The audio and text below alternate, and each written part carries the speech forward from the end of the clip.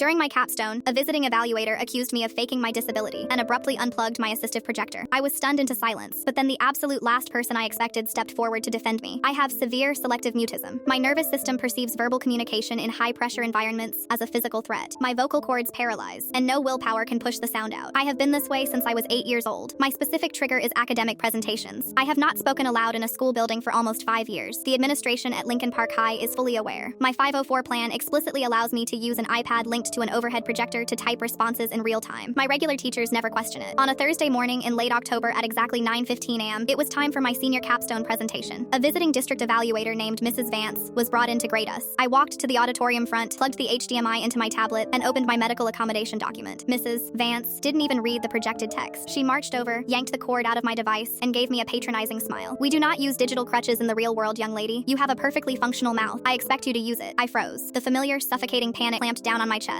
I frantically tapped the screen, trying to turn up my text-to-speech app. Before I could hit play, she snatched the iPad out of my hands and locked it inside the podium drawer. I am not playing this game. It is entirely unfair to students who actually put effort into their public speaking skills. Deliver your opening statement verbally, right now, or I am submitting a failing grade. You can explain to your parents why you won't be walking the stage in May. My vision blurred. I gripped the wooden podium until my knuckles turned white. Then the heavy auditorium doors swung open. Declan Marsh marched down the center aisle. Declan was the ruthless, hyper-competitive captain of the debate team. He was also the guy who spent all of junior year calling me a sympathy sponge. He once wrote an op-ed in the school paper complaining that nonverbal students shouldn't be allowed in app courses because it dragged down the collaborative environment. Declan vaulted onto the stage, walked straight to the podium, unlocked the drawer, pulled out my iPad, and shoved the HDMI cable back into its port. "What on earth do you think you are doing?" Mrs. Vance sputtered. "She physically cannot speak," Declan said, his voice terrifyingly calm. "It is a documented neurological condition. You just confiscated a disabled student's federally mandated medical equipment. I am the evaluator here. She needs to demonstrate leadership. By doing what? Forcing a panic attack?" Declan stepped closer, towering over her. "I have spent 3 years wishing I was half as smart as her. Her written thesis on bioethics destroys anything the rest of us wrote. You don't get to fail her because you are too ignorant to read." Mrs. Vance packed her rubric and stormed off the stage, promising suspensions for both of us. On November 12th, my parents and I were called to an emergency academic review board in the superintendent's office. Mrs. Vance had officially petitioned to block my $4,500 community merit scholarship, claiming I violated the behavioral code by inciting a classroom disruption. We walked into the conference room, and Declan was already sitting at the mahogany table. He wasn't even invited. When Mrs. Vance started her speech, Declan simply slid a thick bound folder across the table. "That is a formal complaint I filed with the State Department of Education. It includes signed affidavits from 28 seniors who watched an evaluator violate the Americans with Disabilities Act. It also includes 70 pages of legal precedent highlighting exactly how much this district will be sued for if you deny her that scholarship." Mrs. Vance went completely pale. The superintendent immediately dismissed her from the room and approved my scholarship on the spot. As we walked out to the parking lot, Declan stopped by my dad's car. He didn't apologize for his past behavior. He looked at my iPad, then looked me dead in the eye. "You're going to crush it in college." I typed a quick thank you on my screen. It was the first time I genuinely felt heard.